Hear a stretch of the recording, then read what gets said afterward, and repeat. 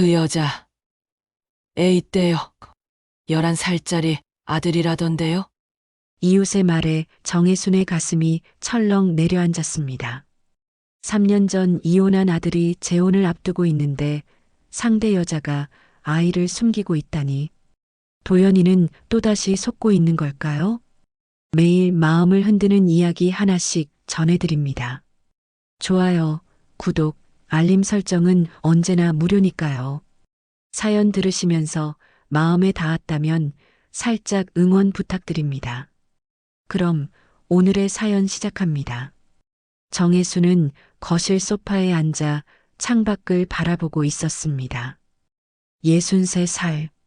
나이가 들수록 시간은 빠르게 흐르고 마음은 더 복잡해지는 것 같았죠. 특히 요즘은 더욱 그랬습니다. 3년 전 이혼한 외아들 도연이 재혼을 앞두고 있었으니까요. 엄마, 이번엔 진짜야. 유진이라는 친구인데 참 따뜻한 사람이야. 지난주 도연이 찾아와서 했던 말이 귓가에 맴돌았습니다. 31살이 된 아들. 첫 결혼이 실패로 끝난 후 오랫동안 혼자 지내던 도연이 다시 누군가를 만났다는 건 반가운 일이었죠. 하지만 정혜순의 마음 한구석엔 알 수 없는 불안이 자리 잡고 있었습니다. 도연은 착한 아이였습니다. 너무 착해서 탈이었죠. 남의 말을 잘 믿고 쉽게 마음을 열고 그래서 상처도 많이 받았습니다. 첫 번째 결혼도 그랬어요. 소연이라는 여자를 너무 믿고 사랑했지만 결국 배신당하고 말았죠. 정혜수는 한숨을 내쉬며 일어났습니다. 부엌으로 가서 차를 끓이려는데 초인종이 울렸습니다. 문을 열자 옆집 김 여사가 서 있었죠. 혜순 씨, 잠깐 얘기 좀 해요. 김 여사는 동네에서 소문에 제일 밝은 사람이었습니다. 정혜수는 마지못해 김 여사를 거실로 안내했죠. 무슨 일이세요? 아니, 그게요. 도연이가 재혼한다면서요? 근데 그 여자 말이에요. 김 여사가 목소리를 낮췄습니다. 애가 있대요. 10살 정도 되는 아들이라던데요. 정혜순의 눈썹이 찌푸려졌습니다. 도연은 그런 얘기를 한 적이 없었거든요. 그게 무슨 소리예요? 도연이는 그런 말 안 했는데. 아니, 우리 조카가 그 동네에 살거든요. 그 여자 카페 운영한다면서요? 거기 항상 남자애가 하나 있는데 엄마라고 부른다더라고요. 정혜순의 가슴이 철렁 내려앉았습니다. 또 숨긴 게 있는 거야? 도연아, 너는 또 속고 있는 거니? 김 여사가 떠난 후 정혜수는 혼자 앉아 생각에 잠겼습니다. 아들을 키우는 여자라. 그것도 숨기고 있다니. 도대체 무슨 사정이 있는 걸까요? 정혜수는 핸드폰을 들었다가 다시 내려놓았습니다. 도연에게 직접 물어볼까 했지만 아들이 상처받을까봐 망설여졌죠. 하지만 이대로 둘 수는 없었습니다. 첫 번째 결혼처럼 또 실패하는 걸 볼 수는 없었으니까요. 내가 직접 확인해야겠어. 정혜수는 결심했습니다. 도연이 준 명함을 꺼내 들었죠. 따뜻한 오후 카페. 주소가 적혀 있었습니다. 내일 가봐야겠다고 생각하니 마음이 무거워졌습니다. 그날 밤 정혜수는 쉽게 잠들지 못했습니다. 도연의 어린 시절이 자꾸 떠올랐죠. 혼자 키운 외아들. 아빠 없이 자라면서도 밝고 씩씩했던 아이. 그런 도연이 상처받는 걸 또 봐야 한다니. 창밖에서 바람 소리가 들려왔습니다. 가을이 깊어가고 있었죠. 정혜수는 이불을 끌어당기며 눈을 감았습니다. 내일이면 알게 되겠지. 그 여자가 어떤 사람인지, 정말 아이가 있는지, 그리고 도연을 속이고 있는 건 아닌지. 아침이 밝았습니다. 정혜수는 평소보다 일찍 일어나 준비를 했죠. 검은색 재킷에 편한 구두. 너무 꾸미지도 너무 수수하지도 않게. 손님처럼 자연스럽게 가야 했으니까요. 집을 나서기 전 거울을 한 번 더 봤습니다. 63살. 주름이 늘었지만 여전히 단정한 얼굴이었죠. 정혜수는 숨을 한 번 크게 들이쉬고 문을 나섰습니다. 버스를 타고 카페 근처에 내렸습니다. 조용한 주택가에 위치한 작은 카페였죠. 따뜻한 오후라는 간판이 보였습니다. 정혜수는 잠시 망설이다가 문을 열고 들어갔습니다. 카페 문을 열자 따뜻한 공기와 함께 은은한 커피 향이 코끝을 스쳤습니다. 정혜수는 조심스럽게 안으로 들어섰죠. 내부는 아늑했습니다. 나무 테이블과 부드러운 조명, 곳곳에 놓인 화분들이 편안한 분위기를 만들고 있었어요.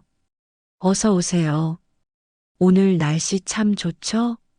카운터 안쪽에서 젊은 여자가 걸어 나왔습니다. 27살쯤 되어 보이는 단정한 인상의 여자였죠. 머리를 깔끔하게 묶고 베이지색 앞치마를 두른 모습이 단정해 보였습니다. 이 사람이 유진인가 보다 싶었죠. 아메리카노 한 잔 주세요. 정혜수는 최대한 자연스럽게 주문했습니다. 유진이 미소를 지으며 고개를 끄덕였죠. 따뜻한 걸로 드릴까요?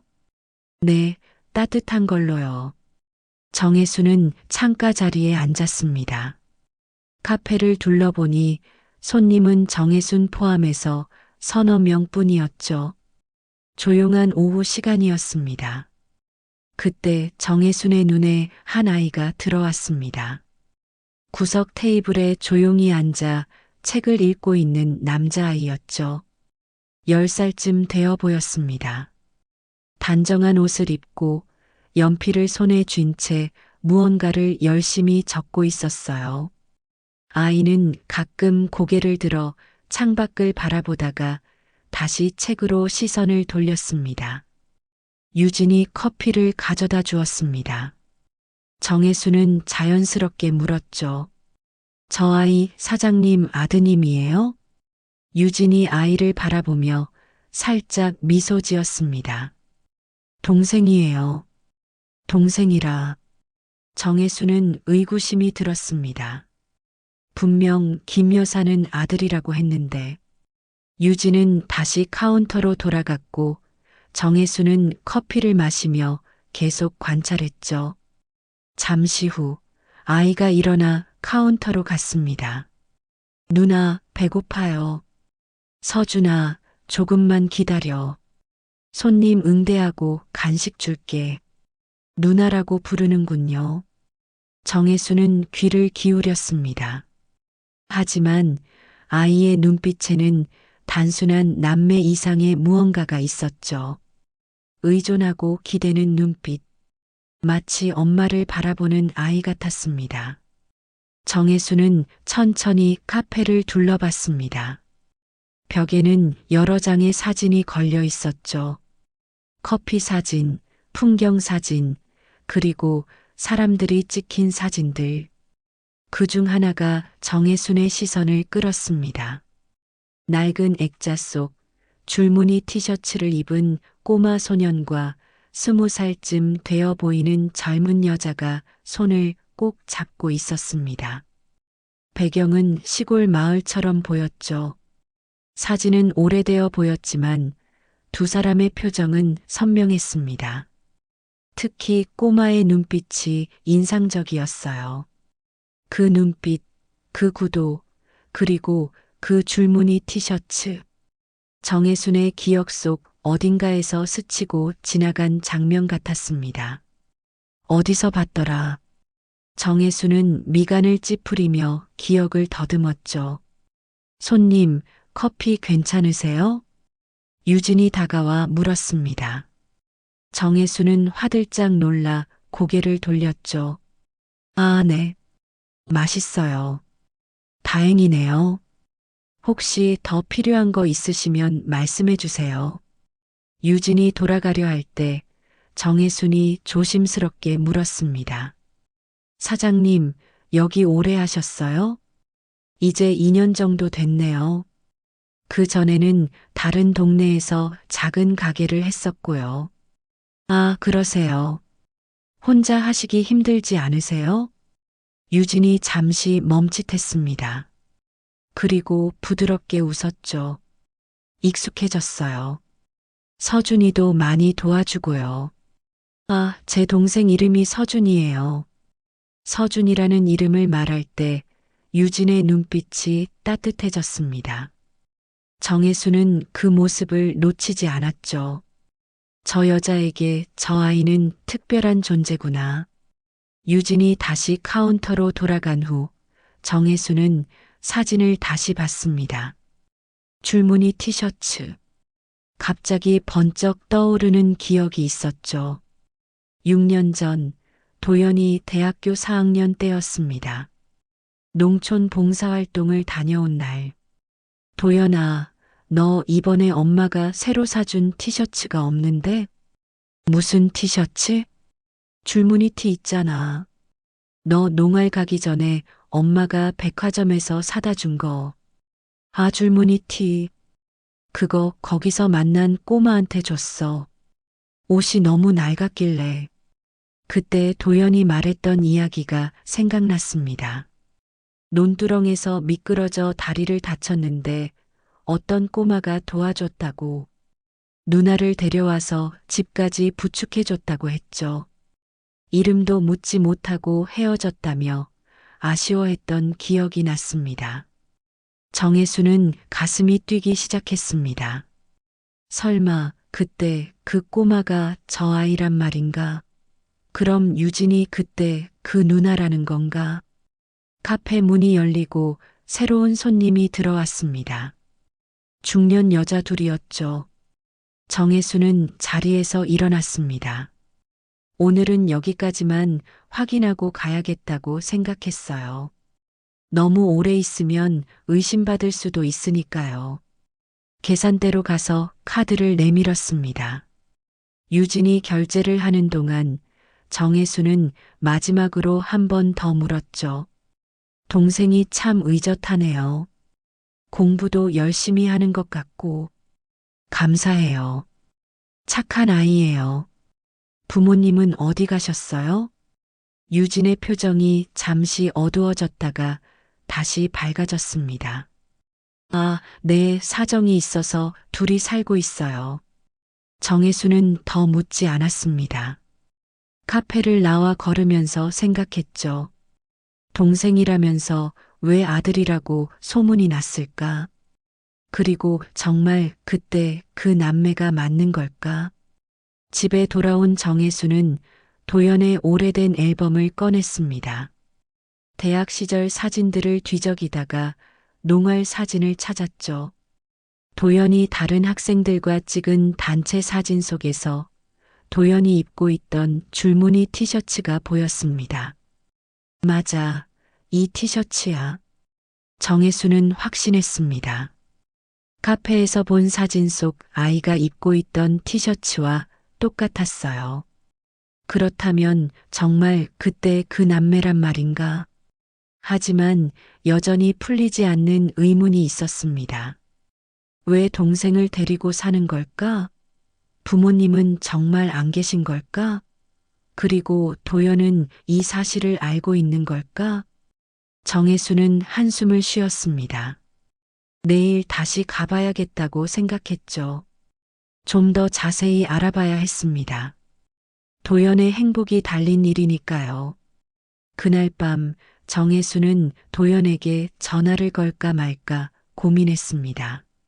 하지만 아직은 때가 아니라고 생각했죠. 좀 더 확실한 증거가 필요했습니다. 사진 속 아이가 정말 도연이 도와준 그 꼬마인지, 그리고 유진이 왜 아이를 키우고 있는지 알아야 했으니까요. 다음 날 아침 정혜수는 일찍 일어났습니다. 창밖으로 가을 햇살이 비치고 있었죠. 오늘은 좀 더 자세히 알아봐야겠다고 마음먹었습니다. 하지만 어떻게 접근해야 할지 막막했어요. 너무 대놓고 물어볼 수도 없고 그렇다고 계속 손님인 척 할 수도 없었죠. 정혜순이 아침 식사를 준비하고 있을 때 핸드폰이 울렸습니다. 도연이었죠. 엄마, 오늘 저녁에 시간 있어요? 유진이가 엄마 만나보고 싶대요. 정혜순의 가슴이 철렁했습니다. 벌써 만나자고 하다니. 아직 준비가 안 됐는데. 오늘은 좀 그렇고 다음 주는 어떠니? 왜요? 무슨 일 있어요? 아니야. 그냥 좀 바빠서. 다음 주에 만나자. 전화를 끊고 나서 정혜수는 더 조급해졌습니다. 시간이 많지 않았어요. 도연이 정식으로 소개하기 전에 유진에 대해 더 알아야 했죠. 오후가 되자 정혜수는 다시 카페로 향했습니다. 이번엔 좀 다른 시간대에 가보기로 했죠. 카페에 도착하니 어제보다 손님이 많았습니다. 유진은 바쁘게 주문을 받고 있었고 서준은 어제와 같은 자리에서 숙제를 하고 있었어요. 정혜수는 구석 자리에 앉아 카페를 관찰했습니다. 유진은 손님들에게 친절했고 일도 능숙하게 처리했죠. 가끔 서준을 바라보며 미소 짓는 모습이 인상적이었습니다.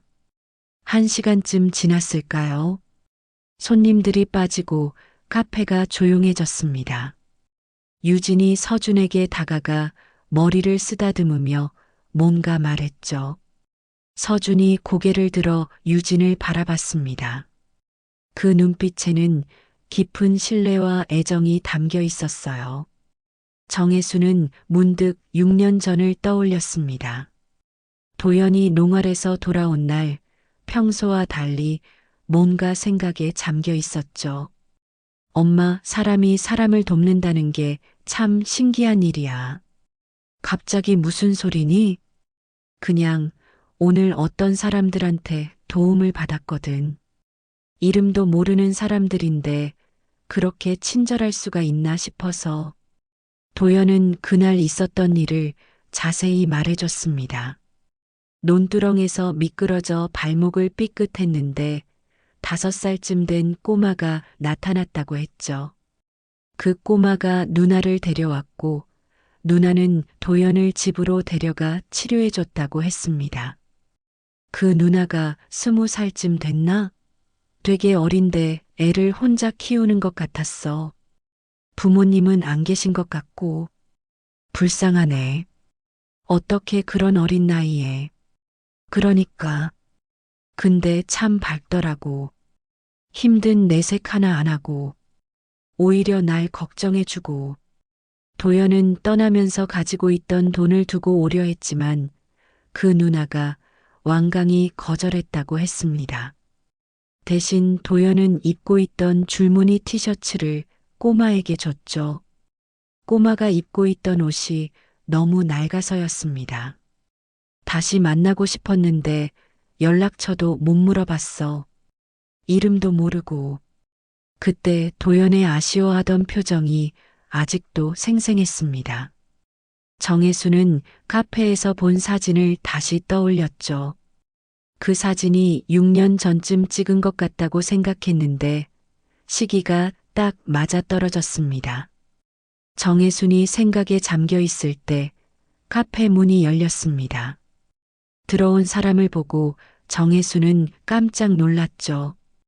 도연의 전처 이소연이었습니다.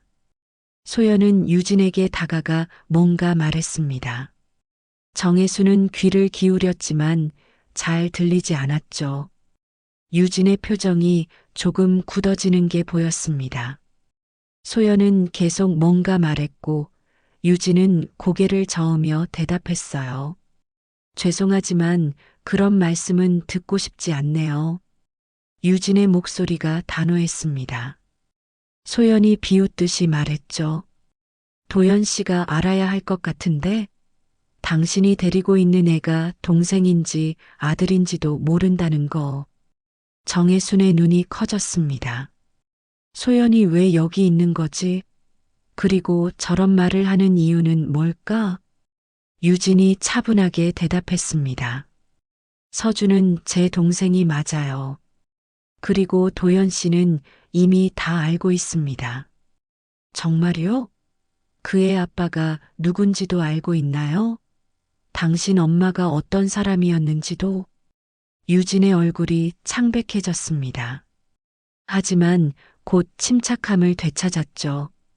과거가 어땠든 지금 우리가 어떻게 살고 있는지가 중요한 거 아닐까요? 그리고 소연 씨가 상관할 일은 아닌 것 같네요. 소연이 코웃음을 쳤습니다. 상관없다고요? 도연 씨 인생이 걸린 일인데 당신 같은 사람한테 또 속으면 어떡해요? 그때 서준이 일어나 유진에게 다가왔습니다. 불안한 표정으로 유진의 손을 잡았죠. 누나, 괜찮아요? 유진이 서준의 머리를 쓰다듬으며 미소 지었습니다. 응, 괜찮아. 숙제 마저 해. 소연이 서준을 보며 말했습니다. 저 애가 동생이라고요? 누가 봐도 아들 같은데. 그만 가주세요. 유진의 목소리가 떨렸습니다. 소연이 어깨를 으쓱하며 돌아섰죠. 알아서 하세요. 하지만 도연 씨 어머니는 알아야 할 것 같네요. 며느리 될 사람이 어떤 사람인지. 소연이 나가고 나서 유진은 잠시 자리에 주저앉았습니다. 서준이 걱정스럽게 유진을 바라봤죠. 누나, 왜 그래요? 아까 그 아줌마가 무슨 말 했어요? 아니야, 아무것도 아니야. 서준아, 오늘은 일찍 집에 가자. 정혜수는 마음이 복잡했습니다. 소연이 왜 저런 행동을 하는 걸까? 단순한 질투심일까? 아니면 정말 뭔가 문제가 있는 걸까? 유진이 가게 정리를 시작했습니다. 정혜순도 자리에서 일어났죠. 계산대로 가면서 조심스럽게 말했습니다. 아까 손님이 좀 무례하던데 괜찮으세요? 유진이 힘없이 웃었습니다. 네, 괜찮아요. 가끔 그런 분들이 있어요. 힘내요. 동생분도 걱정하는 것 같던데. 유진의 눈가가 촉촉해졌습니다. 하지만 곧 눈물을 참았죠. 감사해요. 동생이 있어서 전 행복해요. 정혜수는 카페를 나오면서 생각했습니다. 유진은 뭔가 사연이 있는 사람 같았어요. 하지만 나쁜 사람은 아닌 것 같았죠. 오히려 소연의 행동이 더 의심스러웠습니다. 집으로 가는 길에 정혜순의 핸드폰이 울렸습니다. 소연이었죠. 어머니, 저 소연이에요. 잠깐 만나서 얘기 좀 할 수 있을까요? 도연 씨 일인데요. 정혜수는 잠시 망설이다가 대답했습니다. 그래. 어디서 만날까? 마음속으로는 유진에 대한 의구심보다 소연의 의도가 더 궁금했습니다. 이미 헤어진 전 며느리가 도대체 뭘 노리고 있는 걸까요? 약속 장소는 동네 찻집이었습니다. 정혜순이 도착했을 때 소연은 이미 와서 기다리고 있었죠. 3년 만에 보는 전 며느리는 예전보다 더 화려하게 꾸미고 있었습니다. 명품 가방에 비싼 옷차림. 재혼을 했다고 들었는데 잘 사는 모양이었어요. 어머니, 오랜만이에요. 소연이 일어나 인사했습니다. 정혜수는 마지못해 앉았죠. 그래, 무슨 일이야? 단도직입적으로 말씀드릴게요. 그 여자 유진이라는 사람 말이에요. 어머니도 알아보고 계신 것 같던데. 정혜수는 놀라지 않으려 애썼습니다. 소연이 어떻게 알았을까? 뭘 알아본다는 거니? 아까 카페에 계시는 거 봤어요. 어머니도 이상하다고 생각하시는 거죠? 27에 11살짜리를 키운다는 게. 소연이 핸드폰을 꺼내 뭔가를 보여줬습니다. 인터넷 카페에 올라온 글이었죠. 여기 보세요. 이 동네 맘카페에 올라온 글이에요. 유진이라는 여자가 처음 이사 왔을 때부터 소문이 많았대요. 젊은 여자가 아이를 데리고 사는데 동생이라고 하지만 누가 봐도 모자 관계 같다고. 정혜수는 글을 읽어 내려갔습니다.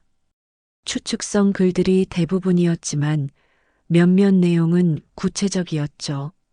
심지어 어떤 사람은 유진이 17살에 아이를 낳았다고 하더라고요. 미혼모인데 동생이라고 속이고 산다고. 그게 사실이야? 글쎄요. 하지만 연기가 없는 곳에 불이 날까요? 게다가 그 여자 집안도 문제가 많았어요. 엄마가 바람나서 재혼하고 새아빠도 별로였다고 하던데. 정혜수는 눈살을 찌푸렸습니다. 소연의 말투에는 악의가 가득했죠. 그래서 내가 하고 싶은 말이 뭐야? 어머니가 도연 씨 설득해 주세요. 그런 여자랑 결혼하면 안 돼요. 형편도 안 좋고 애까지 딸려 있고 과거도 불분명하고. 넌 왜 이렇게 관심이 많니? 이미 헤어진 사이잖아. 소연이 잠시 입을 다물었다가 말했습니다. 솔직히 말하면 후회하고 있어요. 도연 씨랑 헤어진 거 제가 잘못했어요. 다시 기회를 주신다면 그만해. 정혜순이 단호하게 말했습니다. 넌 이미 도연이를 배신했어. 다른 남자 만나서 바람 피우고 이혼했잖아. 지금 와서 무슨 소리야? 소연의 얼굴이 붉어졌습니다. 그때는 제가 어렸어요. 실수였어요. 하지만 지금은 달라요. 도연 씨가 그런 이상한 여자랑 결혼하는 걸 보고 있을 수 없어요. 정혜수는 일어섰습니다. 더 들을 필요가 없었죠. 내가 도연이를 진짜 생각한다면 그냥 놔둬. 도연이가 선택한 사람이야. 너처럼 겉만 보고 판단하지 마. 찻집을 나온 정혜수는 깊은 한숨을 쉬었습니다. 소연의 말이 다 거짓은 아닐 수도 있었어요. 하지만 소연의 의도가 불순한 건 확실했죠. 며칠이 지났습니다. 정혜수는 계속 고민했어요. 도연에게 직접 물어볼까 아니면 유진을 다시 만나볼까? 그러던 어느 날 오후 정혜수는 결심했습니다. 이번엔 정면으로 부딪혀 보기로 한 거죠. 카페에 도착하니 유진이 혼자 있었습니다. 서준은 학교에 간 모양이었어요. 정혜수는 카운터로 다가갔습니다. 안녕하세요. 혹시 잠깐 얘기 좀 할 수 있을까요? 유진이 고개를 들어 정혜순을 바라봤습니다. 그리고 잠시 후 조용히 말했죠. 도연 씨 어머님이시죠? 정혜순은 깜짝 놀랐습니다. 어떻게 알았을까? 어떻게? 도연 씨가 사진을 보여줬어요. 그리고 며칠 전부터 오셨잖아요. 처음엔 몰랐는데 계속 오시니까 알겠더라고요.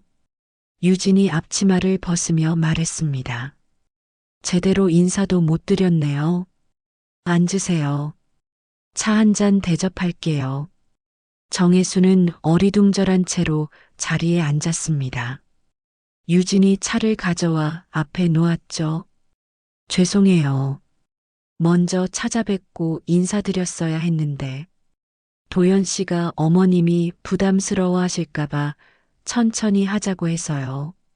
아니에요. 제가 미안하죠. 이렇게 몰래 와서. 유진이 부드럽게 웃었습니다. 궁금하신 게 많으실 것 같아요. 특히 서준이 때문에. 정혜수는 고개를 끄덕였습니다. 유진이 천천히 말을 이어갔죠. 서준은 제 이부동생이에요. 엄마가 재혼해서 낳으셨죠. 제가 17살 때였어요. 처음엔 받아들이기 힘들었지만 서준이를 보는 순간 마음이 녹았어요. 유진의 눈빛이 따뜻해졌습니다. 그런데 서준이가 2살 때 엄마가 산후화병증으로 돌아가셨어요. 새아빠는 서준이를 키울 생각이 없었죠. 보육원에 보내려고 했어요. 저는 그걸 볼 수가 없었어요. 그래서 유진 씨가, 네, 제가 키우기로 했어요. 17살에요. 주변에서 다들 말렸죠. 너무 어리다고, 내 인생도 있다고. 하지만 서준이를 버릴 수는 없었어요. 제게는 유일한 가족이었으니까요. 정혜수는 가슴이 먹먹해졌습니다.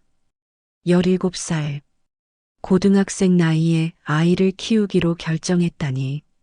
새아빠는 결국 1년 뒤에 교통사고로 세상을 떠났어요. 그때부터 정말 저희 둘뿐이었죠.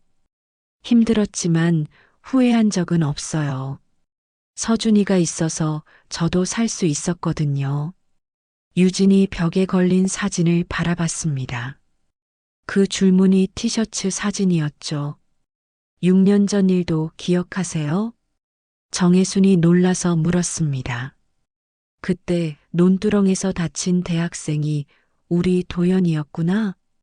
네, 최근에야 알았어요. 도연 씨가 그때 이야기를 하더라고요. 저도 깜짝 놀랐죠.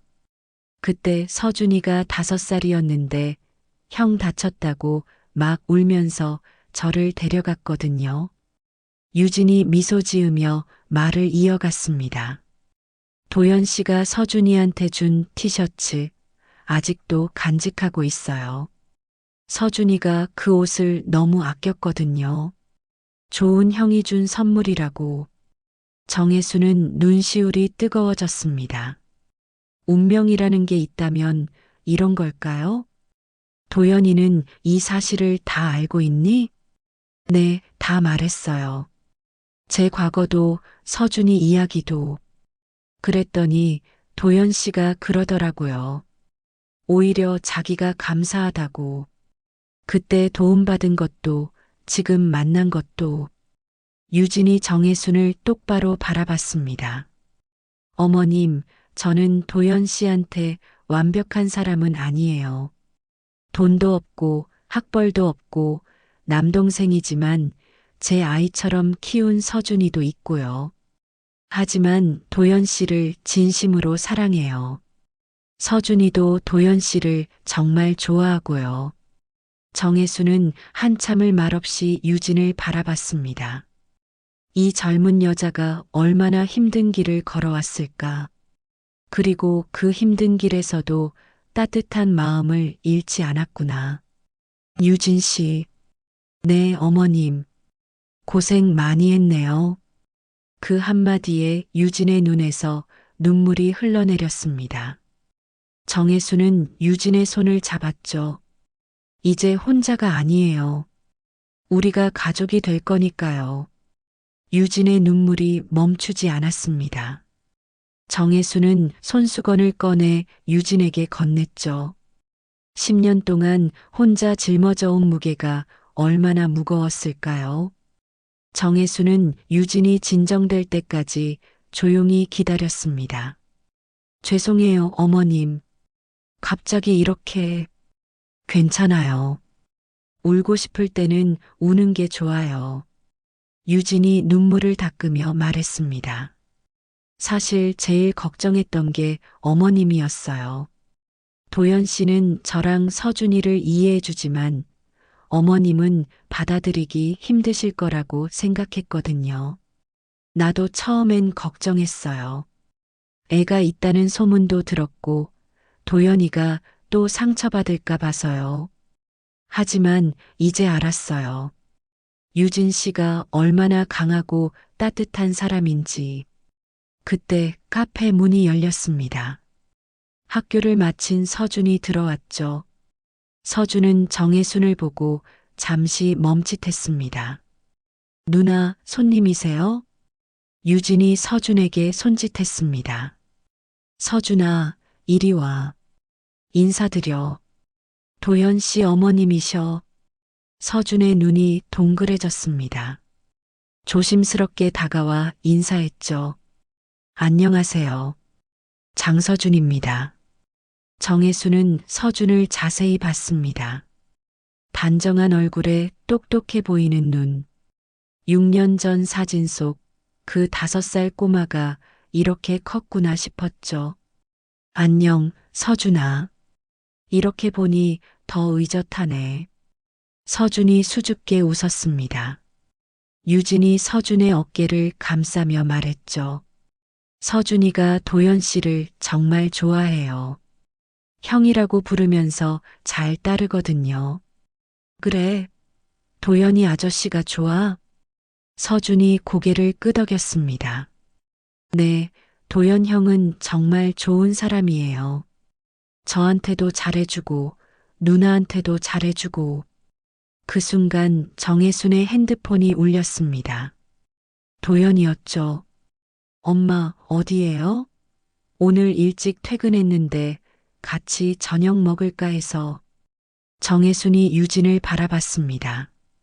유진이 고개를 끄덕였죠. 도연아, 엄마 지금 유진 씨 카페에 있어. 전화 너머로 도연의 놀란 목소리가 들렸습니다. 네, 거기 왜? 혹시 무슨 일 있어요? 너도 이리 와. 다 같이 저녁 먹자. 30분 후 도연이 헐레벌떡 카페에 도착했습니다. 긴장한 표정으로 들어온 도연은 정혜순과 유진이 나란히 앉아 있는 걸 보고 안도의 한숨을 쉬었죠. 엄마, 갑자기 이렇게. 미안, 더 이상 미룰 수가 없어서. 유진 씨랑 좋은 얘기 많이 했어. 도연이 유진을 바라봤습니다. 유진이 미소 지으며 고개를 끄덕였죠. 도연은 그제야 긴장을 풀고 자리에 앉았습니다. 다행이다. 사실 엄마 소개하는 게 제일 걱정이었거든요. 왜? 엄마가 그렇게 무서워? 무서운 건 아니고 그냥 엄마가 유진이랑 서준이를 좋아해 줬으면 했어요. 서준이 도연 옆에 앉으며 말했습니다. 형, 할머니 진짜 좋은 분이에요. 정혜순이 놀라서 서준을 봤습니다. 벌써 할머니라고 부르다니. 서준이 당황해서 유진을 봤죠. 누나, 할머니라고 불러도 되는 거 맞죠? 유진이 잠시 생각하다가 대답했습니다. 글쎄, 정확히는 사돈 어르신이라고 해야 하는데. 정혜순이 웃으며 끼어들었습니다. 서준아, 그냥 할머니라고 불러도 돼. 사돈 어르신은 너무 어렵잖아. 나도 서준이가 할머니라고 불러주면 좋겠어. 서준의 얼굴이 밝아졌습니다. 정말요? 그럼 저도 할머니 있는 거예요? 그럼 이제부터 나는 서준이 할머니야. 서준이가 할머니라고 불러주니 기분이 좋네. 저녁은 카페 근처 작은 식당에서 먹었습니다. 서준은 도연과 정혜순 사이에 앉아 연신말을 했죠. 학교 이야기, 친구 이야기, 좋아하는 책 이야기. 정혜순은 서준의 이야기를 들으며 웃음이 끊이지 않았습니다. 할머니, 저 다음 주에 학예회 있어요. 오실 수 있어요? 그럼 당연히 가야지. 뭐 하는데? 연극이요. 저는 나무 역할이에요. 도연이 웃으며 말했습니다. 나무 역할도 중요한 거야. 나무가 없으면 숲이 안 되잖아. 유진이 서준을 바라보며 말했습니다. 서준이가 집에서 매일 연습해요. 나무 연기하는 거. 정혜수는 이 모습을 보며 마음이 따뜻해졌습니다. 이게 가족이구나. 피가 이어지지 않아도 서로를 아끼고 사랑하면 그게 가족이구나. 식사를 마치고 나올 때 정혜수는 유진을 잠시 불렀습니다. 유진 씨, 혹시 소연이가 저 찾아온 거 알아요? 유진이 고개를 끄덕였습니다. 네, 며칠 전에 카페에 왔어요. 좀 불편한 말들을 하더라고요. 그의 말은 신경 쓰지 마요. 질투심에 그러는 거예요. 알아요. 도연 씨도 그렇게 말했어요. 과거는 과거일 뿐이라고. 정혜순이 유진의 손을 잡았습니다. 맞아요. 중요한 건 현재와 미래예요. 그리고 유진 씨와 서준이의 미래는 이제 우리와 함께 할 거예요. 일주일 후 서준의 학예회가 있었습니다. 정혜수는 일찍부터 준비해서 학교로 갔죠. 강당에는 학부모들로 가득했습니다. 정혜수는 유진, 도연과 나란히 앉았습니다. 무대 위에서 아이들의 연극이 시작됐습니다. 서준은 정말 나무 역할이었죠. 무대 한쪽에 서서 팔을 벌리고 있었습니다.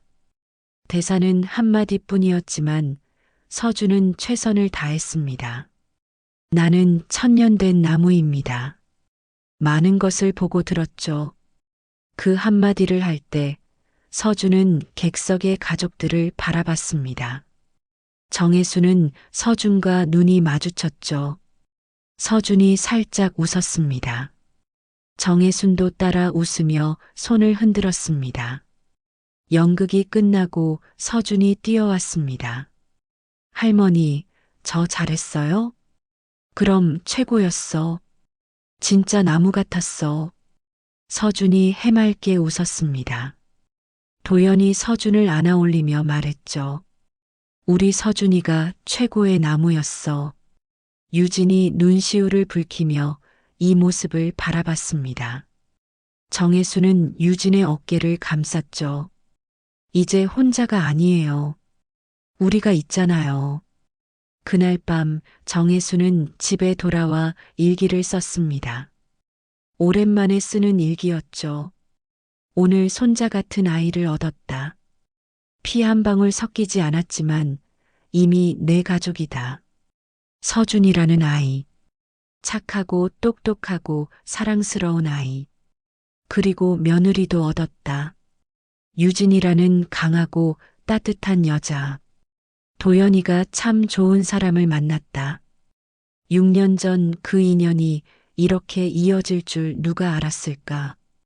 운명이라는 게 있다면 이런 게 아닐까? 정혜수는 펜을 내려놓고 창밖을 바라봤습니다. 별이 가득한 밤하늘이 아름다웠죠. 새로운 가족이 생긴다는 건 이렇게 가슴 벅찬 일이구나 싶었습니다. 학예회가 끝난 지 한 달이 지났습니다. 정혜수는 이제 일주일에 두세 번은 유진의 카페를 찾았죠. 때로는 서준의 숙제를 도와주기도 하고 때로는 유진과 차를 마시며 이야기를 나누기도 했습니다. 자연스럽게 가족이 되어가고 있었어요. 그러던 어느 날 오후 정혜순이 카페에 도착했을 때 분위기가 심상치 않았습니다. 유진의 표정이 어두웠고 서준도 구석에 앉아 고개를 숙이고 있었죠. 무슨 일 있어? 정혜순이 걱정스럽게 물었습니다. 유진이 한숨을 쉬며 종이 한 장을 내밀었죠. 법원에서 온 통지서였습니다. 이게 뭐야? 서준이 아버지 쪽 친척이라는 사람이 나타났어요. 서준이 양육권을 주장한대요. 정혜순의 눈이 커졌습니다. 10년 동안 한 번도 나타나지 않던 사람이 이제 와서 양육권을 주장한다니요. 갑자기 왜? 서준이가 이제 중학교 들어갈 나이가 됐잖아요. 그래서인지 재산 상속 문제를 들고 나왔어요. 서준이 아버지가 사고로 돌아가실 때 보험금이 있었거든요. 그동안은 제가 서준이 명의로 관리했는데 유진의 목소리가 떨렸습니다. 서준이 고개를 들어 유진을 바라봤죠. 누나, 나 그 사람들한테 가야 해요? 아니야, 절대 그런 일 없을 거야. 유진이 서준을 안심시켰지만 정혜수는 유진의 눈에 서린 불안을 놓치지 않았습니다. 양육권 문제가 아직 해결되지 않았으니까요. 정혜순이 유진을 바라보며 물었습니다. 도연이는 알아? 아직 말 안 했어요. 걱정시키고 싶지 않아서. 정혜수는 단호하게 말했습니다. 지금 당장 도연이한테 연락해. 이런 일은 혼자 해결하려고 하면 안 돼. 우리가 가족이잖아. 1시간 후 도연이 서둘러 카페에 도착했습니다. 통지서를 읽어본 도연의 표정이 굳어졌죠. 이 사람들이 10년 동안 어디 있다가 이제 나타난 거야? 유진이 설명했습니다. 서준이 아버지의 사촌이래요. 경상도에 살았는데 최근에 서준이 소식을 들었다고 하더라고요. 그동안 연락도 없었는데 도연이 유진의 손을 잡았습니다. 걱정하지 마.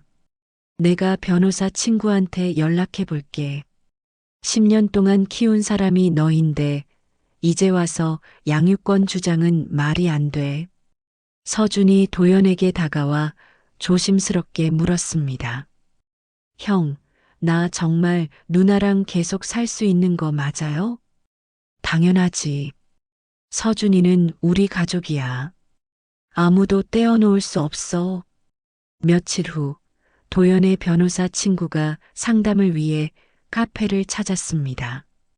젊은 여성 변호사였죠. 그녀는 서류를 꼼꼼히 검토한 후 말했습니다. 법적으로 유진 씨가 유리해요. 10년 동안 실질적인 양육을 했고 서준 군도 유진 씨와 살기를 원하고 있으니까요. 다만 혈연 관계가 없다는 점이 좀 걸리네요. 그럼 어떻게 해야 해요? 일단 서준 군의 의사가 가장 중요해요. 11살이면 자기 의견을 표현할 수 있는 나이거든요. 그리고 그동안의 양육 기록, 학교 서류, 병원 기록 등을 모두 준비해야 해요. 유진이 고개를 끄덕였습니다. 정혜순이 옆에서 거들었죠. 제가 증인이 될 수 있어요. 유진이가 얼마나 서준이를 잘 키웠는지 제가 봤으니까요. 변호사가 미소 지었습니다. 좋아요. 가족들의 증언도 도움이 될 거예요. 그날 저녁 정혜순의 집에 모두 모였습니다. 서준은 정혜순이 만든 된장찌개를 맛있게 먹으며 조금씩 밝아졌죠. 할머니 된장찌개가 최고예요. 그래, 많이 먹어. 키 크려면 잘 먹어야지.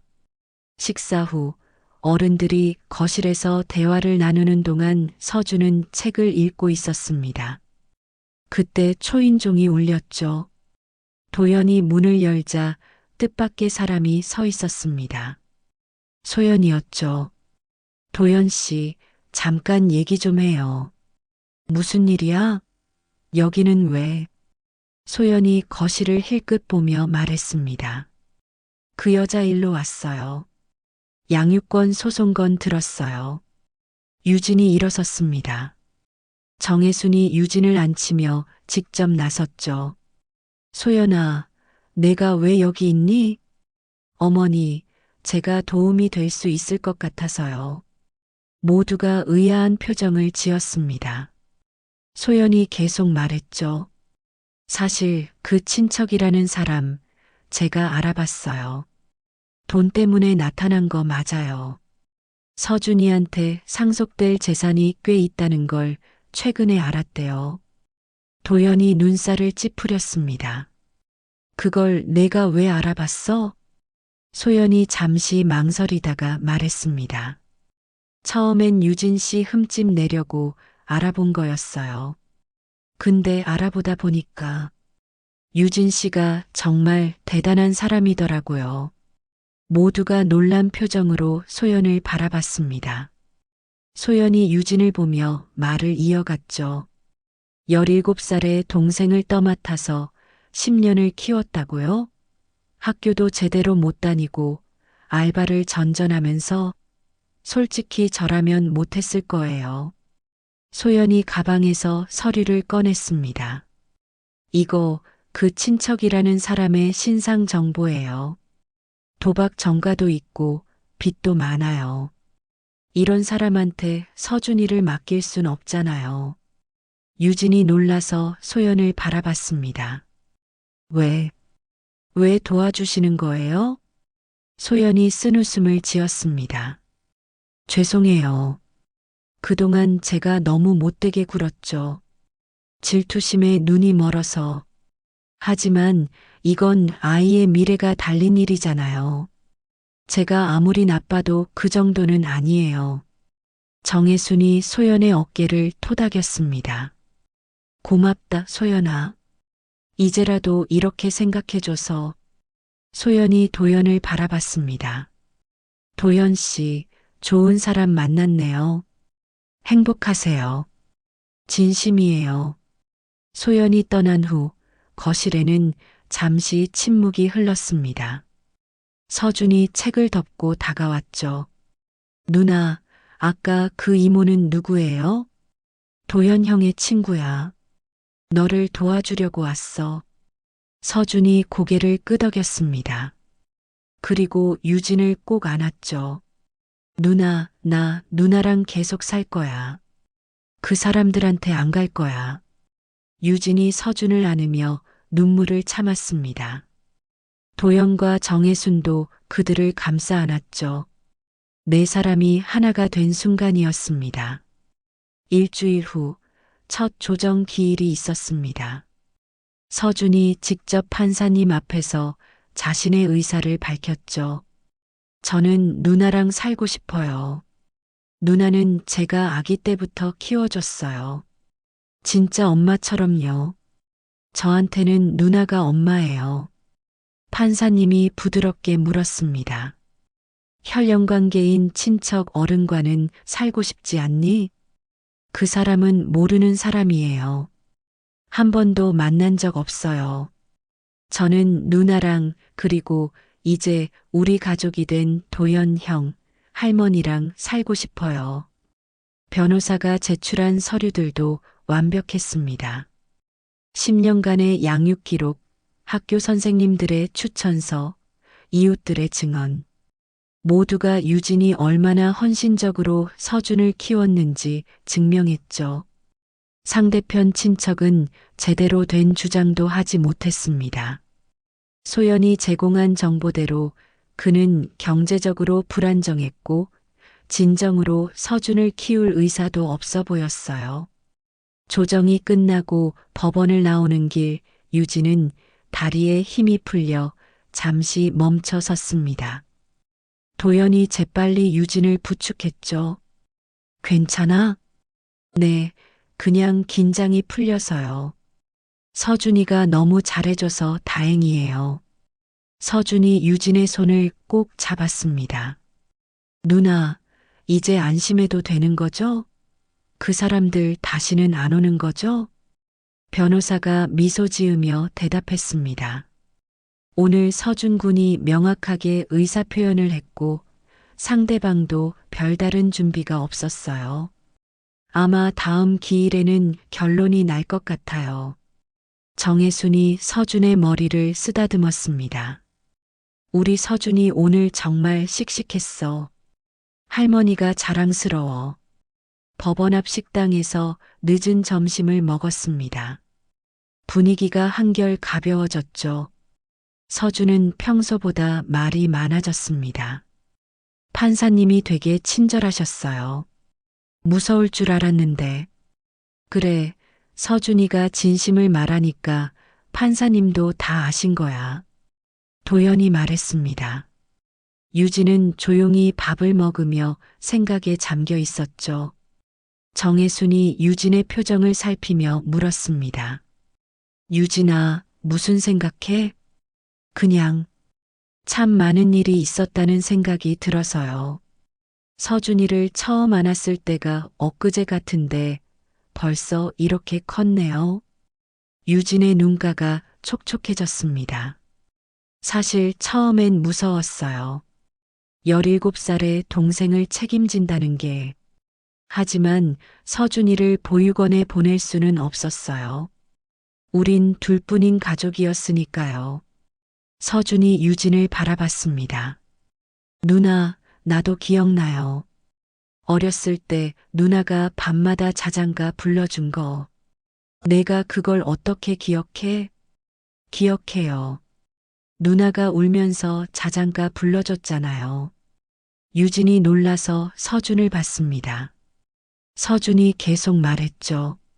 누나가 힘들어하는 거 다 알았어요. 그래서 더 말 잘 듣고 싶었어요. 도연이 서준의 어깨를 감싸며 말했습니다. 서준이도 참 많이 애썼구나. 그때 유진의 휴대폰이 울렸습니다. 변호사였죠? 유진 씨, 좋은 소식이에요. 상대방이 소송을 취하하겠다고 연락이 왔어요. 모두가 놀란 표정으로 유진을 바라봤습니다. 유진이 떨리는 목소리로 물었죠. 정말이요? 왜 갑자기? 아무래도 승산이 없다고 판단한 것 같아요. 그리고 여론도 좋지 않았을 거고요. 전화를 끊고 유진은 한동안 말을 잇지 못했습니다. 서준이 걱정스럽게 물었죠. 누나, 무슨 일이에요? 서준아, 그 사람들이 포기했대. 이제 정말 끝났어. 서준이 환하게 웃으며 유진을 안았습니다. 도연과 정혜순도 안도의 한숨을 쉬었죠. 이제 아무도 우리를 떼어놓을 수 없어요. 정혜순이 말했습니다. 유진이 눈물을 닦으며 고개를 끄덕였죠. 그로부터 2달 후 도연과 유진의 결혼식이 있었습니다. 소박하지만 따뜻한 결혼식이었죠. 하객은 많지 않았지만 진심으로 축하해주는 사람들로 가득했습니다. 서준은 도연을 위한 축사를 했습니다. 도연 형, 우리 누나랑 결혼해줘서 고마워요. 누나가 형을 만나고 많이 행복해졌어요. 저도 이제 가족이 더 생겨서 좋아요. 앞으로 잘 부탁드려요. 하객들 사이에서 훌쩍이는 소리가 들렸습니다. 정혜순도 눈물을 참으며 서준을 바라봤죠. 유진이 마이크를 잡았습니다. 저는 준비한 말이 많았는데 지금은 한마디밖에 생각이 안 나요. 감사합니다. 도연 씨를 만나서, 어머님을 만나서, 서준이와 제 작은 가족이 이렇게 큰 가족이 되었네요. 정말 감사합니다. 피로연 내내 정혜순은 서준 옆에 앉아 있었습니다. 서준이 정혜순에게 조용히 말했죠. 할머니, 저 이제 할머니도 생겼어요. 좋아요. 그래, 우리 서준이가 할머니를 만나서 더 좋아. 누나랑 둘이서도 행복했는데 이제는 4명이서 더 행복할 거예요. 정혜순이 놀라서 서준을 봤습니다. 11살 아이의 입에서 나온 말이라고는 믿기지 않을 정도로 성숙했죠. 맞아. 우리 모두 더 행복해질 거야. 결혼식이 끝나고 새 가족은 정혜순의 집으로 향했습니다. 유진과 서준이 이사 올 준비를 하고 있었거든요. 짐은 많지 않았습니다. 10년 동안 단둘이 살면서도 소박하게 살았으니까요. 어머님, 정말 저희가 같이 살아도 괜찮으세요? 유진이 조심스럽게 물었습니다. 정혜순이 손을 흔들었죠. 무슨 소리야? 이 큰 집에 나 혼자 있는 것보다 다 같이 사는 게 좋지. 서준이 방도 이미 준비해뒀어. 서준이 신이 나서 2층으로 뛰어 올라갔습니다. 자기 방을 보러 간 거죠. 잠시 후 서준의 목소리가 들렸습니다. 와, 할머니, 책상이랑 책장도 있어요. 도연이 유진의 손을 잡으며 말했습니다. 이제 시작이에요. 우리 가족의 새로운 시작. 그날 저녁 정혜수는 특별한 상을 차렸습니다. 미역국과 잡채, 그리고 서준이 좋아한다는 불고기까지. 네 사람이 둘러앉은 식탁은 작지만 따뜻했죠. 우리 매주 이렇게 다 같이 저녁 먹어요. 서준이 제안했습니다. 정혜순이 웃으며 대답했죠. 그래, 매일매일 같이 먹자. 식사를 마치고 거실에 모여 앉았습니다. 서준은 정혜순과 도연 사이에 앉아 책을 읽고 유진은 차를 준비했죠. 평범한 저녁이었지만 그 평범함이 주는 행복이 있었습니다. 어머님, 사진 좀 찍을까요? 유진이 휴대폰을 꺼내며 물었습니다. 네 사람이 소파에 나란히 앉았죠. 정혜순이 서준을 옆에 두고 도연이 유진의 어깨를 감쌌습니다. 하나, 둘, 셋. 찰칵. 사진 속 네 사람의 얼굴에는 똑같은 표정이 담겨 있었습니다. 행복.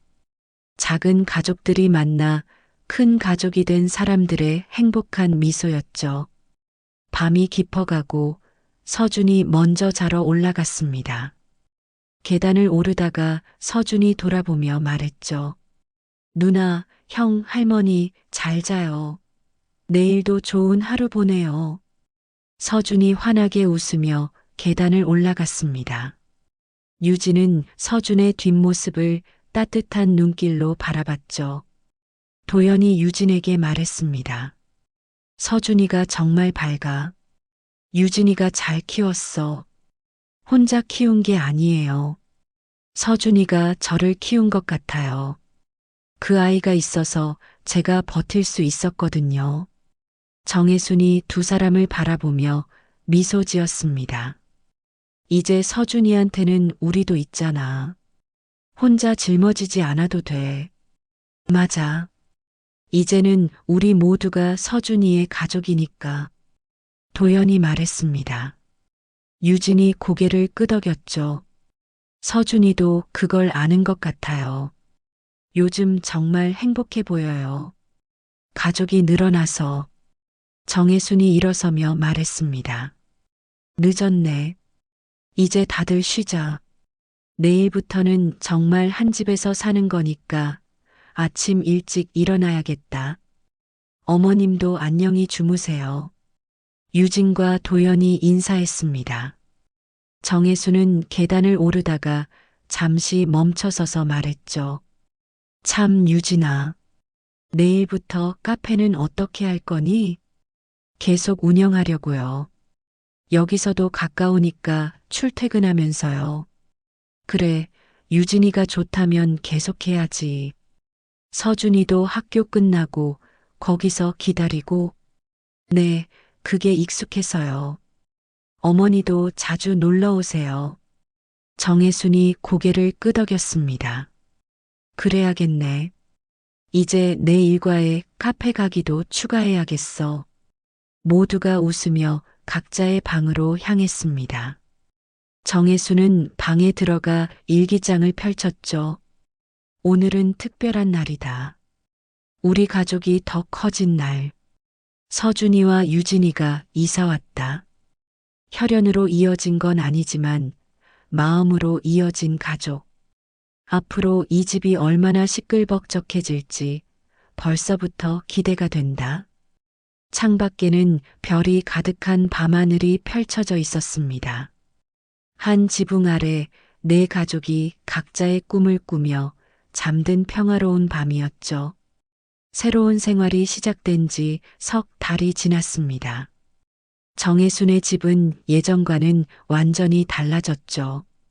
아침마다 서준의 밝은 목소리가 집안을 가득 채웠고 저녁이면 네 사람이 둘러앉아 하루 있었던 일을 나누었습니다. 오늘은 특별한 날이었습니다. 바로 정혜순의 64번째 생일이었죠. 서준은 아침 일찍부터 부산하게 움직였습니다. 누나, 할머니 아직 안 일어나셨지? 주방에서 유진이 조용히 대답했습니다. 응, 조용히 해. 깜짝 파티라고 했잖아. 도연도 케이크를 들고 들어왔습니다. 세 사람은 조용히 상을 차렸죠. 미역국과 정혜순이 좋아하는 반찬들, 그리고 서준이 직접 쓴 편지까지. 형, 이제 할머니 깨워도 돼요? 그래, 가서 모셔와. 서준이 신나서 2층으로 올라갔습니다. 잠시 후 정혜순이 서준의 손을 잡고 내려왔죠. 이게 무슨 일이야? 할머니, 어머니 생일 축하해요. 세 사람이 함께 외쳤습니다. 정혜순의 눈가가 촉촉해졌죠. 언제 이런 걸 준비했어? 유진이 미역국을 내오며 말했습니다. 어머니 생일인데 당연히 준비해야죠. 서준이가 며칠 전부터 계획했어요. 서준이 편지를 꺼내 들었습니다. 할머니, 이거 제가 쓴 편지예요. 읽어드릴게요. 서준이 또박또박 읽기 시작했습니다. 사랑하는 할머니께, 할머니를 만난 지 4달이 됐어요. 짧은 시간이지만 할머니가 저한테 얼마나 소중한지 알아요. 할머니가 저를 진짜 손자처럼 대해주셔서 감사해요. 저도 할머니를 진짜 할머니처럼 생각해요. 앞으로도 오래오래 건강하게 우리랑 함께 있어주세요. 사랑해요, 할머니. 서준 올림. 정혜수는 더 이상 눈물을 참지 못했습니다. 서준을 꼭 안으며 말했죠. 할머니도 서준이 사랑해. 정말 많이 사랑해. 아침 식사를 마치고 네 사람은 거실에 모였습니다. 도연이 뭔가를 꺼내 들었죠. 엄마, 이거 우리가 준비한 선물이에요. 봉투를 열어본 정혜순이 놀랐습니다. 가족여행 티켓이었죠. 제주도 여행? 네, 다음 주에 다 같이 가요. 서준이가 할머니랑 제주도 가고 싶다고 했거든요. 서준이 신나서 말했습니다. 할머니, 저 비행기 처음 타요. 같이 가요. 정혜수는 행복한 한숨을 쉬었습니다. 우리 넷이 다 같이 여행을 가는구나. 그때 초인종이 울렸습니다. 유진이 문을 열자 뜻밖의 손님들이 서 있었죠. 카페 단골 손님들이었습니다. 어머님 생신 축하드려요. 서준이가 초대했어요. 할머니 생일 파티 한다고.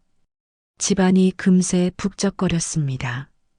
서준이 학교 친구들도 왔고 동네 이웃들도 왔죠. 정혜수는 난생 처음 이렇게 많은 사람들에게 생일 축하를 받았습니다. 정말 고맙습니다. 이 나이에 이런 생일 파티를 받을 줄은 몰랐어요. 오후가 되자 손님들이 하나둘 돌아갔습니다. 네 사람은 다시 거실에 앉았죠. 정혜순이 말했습니다. 오늘 정말 행복한 날이야. 너희들이 있어서. 어머니, 앞으로 매년 이렇게 축하할 거예요. 유진이 말했습니다.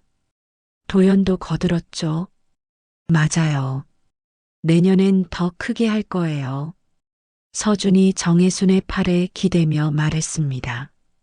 할머니, 우리가 진짜 가족 맞죠? 그럼 서준아, 가족은 꼭 피로 이어져야 하는 게 아니야. 서로 아끼고 사랑하면 그게 가족이지. 그럼 우리는 완전 진짜 가족이네요. 모두가 웃었습니다.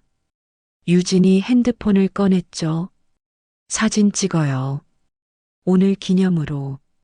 네 사람이 다시 모였습니다. 이번엔 생일 케이크를 가운데 두고요. 하나, 둘, 셋. 찰칵.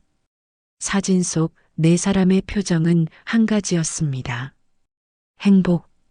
순수한 행복이었죠. 저녁이 되어 다시 식사 시간이 왔습니다. 정혜순이 부엌에 서려고 하자 유진이 막았죠. 오늘은 제가 할게요. 어머니는 쉬세요. 도와줄게. 도연도 따라 일어났습니다. 서준도 거들었죠. 저도 도울래요. 세 사람이 부엌에서 왁자지껄 요리를 했습니다. 정혜수는 거실에서 그 모습을 바라봤죠. 웃음소리가 끊이지 않았습니다. 이게 가족이구나.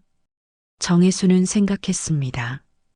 혼자 살던 이 집이 이렇게 생기 넘치는 곳이 될 줄은 몰랐죠. 할머니, 밥 다 됐어요. 서준이 불렀습니다.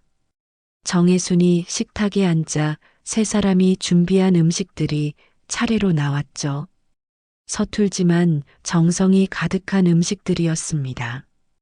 우리가 만든 거예요. 맛없어도 참고 드세요. 도연이 웃으며 말했습니다. 정혜순이 한 입 먹어보고는 엄지를 들었죠. 최고야. 정말 맛있어. 사실 짜기도 하고 싱겁기도 했지만 정혜순에게는 세상에서 가장 맛있는 음식이었습니다. 식사를 마치고 서준이 일기장을 들고 왔습니다. 할머니, 저 오늘 일기에 뭐라고 쓸까요? 서준이가 쓰고 싶은 대로 쓰면 돼. 서준이 잠시 생각하더니 연필을 들었습니다. 그리고 또박또박 쓰기 시작했죠. 오늘은 할머니 생일이었다. 우리 가족이 다 함께 축하했다. 나는 복받은 사람이다. 누나도 있고 형도 있고 할머니도 있으니까. 우리는 서로 다른 곳에서 왔지만 이제는 한 가족이다. 앞으로도 영원히 함께 살고 싶다. 서준이 쓴 일기를 보며 모두가 미소 지었습니다. 정혜순이 말했습니다. 우리 서준이 글솜씨가 좋네. 할머니한테 배웠어요. 밤이 깊어갔습니다. 내일은 또 평범한 하루가 시작되겠죠. 하지만 이들에게는 매일이 특별했습니다. 함께하는 하루하루가 선물이었으니까요. 정혜수는 잠들기 전 창밖을 바라봤습니다. 별이 유난히 밝은 밤이었죠. 감사합니다. 조용히 중얼거렸습니다. 늦은 나이에 만난 이 특별한 가족에게 감사하다고. 옆방에서는 서준의 작은 코 고는 소리가 들렸고 아래층에서는 도연과 유진의 다정한 대화 소리가 들렸습니다. 정혜수는 행복한 미소를 지으며 눈을 감았죠. 6년 전 도연이 우연히 도움을 준 그 남매가 이제는 가족이 되었습니다. 운명이 있다면 이런 게 아닐까요? 서로를 위해 존재하는 사람들. 피는 이어지지 않았지만 마음으로 깊이 연결된 사람들. 그들의 이야기는 이제 시작입니다. 앞으로 더 많은 웃음과 눈물, 기쁨과 슬픔을 함께 나누겠죠. 하지만 한 가지는 확실합니다. 무슨 일이 있어도 그들은 가족으로 남을 거라는 것. 진짜 가족으로 영원히 함께할 거라는 것을요. 사진 한 장이 거실 탁자 위에 놓여 있었습니다. 네 사람이 환하게 웃고 있는 사진. 그 아래 작은 글씨로 쓰여 있었죠. 같은 피가 아니어도 우리는 가족입니다. 오늘 사연이 마음에 남으셨다면 구독과 좋아요, 댓글로 함께 기억해 주세요. 여러분의 한마디가 다음 이야기의 시작이 됩니다.